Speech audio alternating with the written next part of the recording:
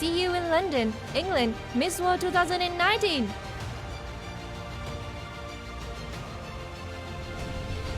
Vietnam, the landscapes in your video are incredible. And you actually live in those mountains. Yeah. How is it to live there? Well, actually living in a mountainous area is cool, so cool, in terms of both weather and how I feel living there. Yes. Every day I wake up hearing the sound of life outside of my window. Unlike the city, where you can hear so many noise and so many traffic jam, in my mountainous area, every morning I can hear the breeze blowing through the trees, some birds singing some occasional songs, some kids playing outside in the field, and sometimes even the dogs barking. I feel so grateful that I was born there. And I think growing up in a mountainous area where the hustle and bustle just don't exist, I think it shapes my lifestyle. I always take things easy, always look on the bright side, and yeah, stress is often kept at bay. But it doesn't make me less ambitious than any other girl.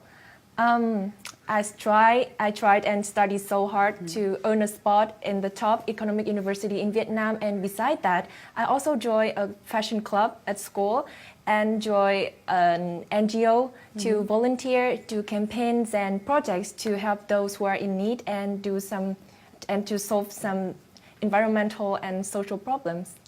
Oh, that's great. And Thank now, you. what about your beauty with purpose? Well, my beauty with a purpose is building road, connecting dreams with the aim to build a proper road for the people living in the remote mountainous area. You know, I moved to Hanoi City, which is our capital, to study my bachelor degree. And being in such a huge metropolis makes me realize the huge difference between my place and the city. And that makes me want to do something to somehow change my hometown, no matter how big or how small it is. And I finally come up with the idea of building a proper road to connect the two poorest villages in my hometown with the outside world. I have been fundraising across my nation and received massive support, both financially and mentally, and I am so grateful for their help. And finally, I built them a road to improve connectivity first, and then I hope that other better things like access to education, healthcare, and amenities would come along. And after this project, I realized that happiness comes easily. Happiness is when I can reach out to the underprivileged, listen to them and help them and provide something that they really need, and to see the smiles on the children's faces and hear them laugh so loudly. Even when I'm sitting here in London, my fundraising hasn't stopped.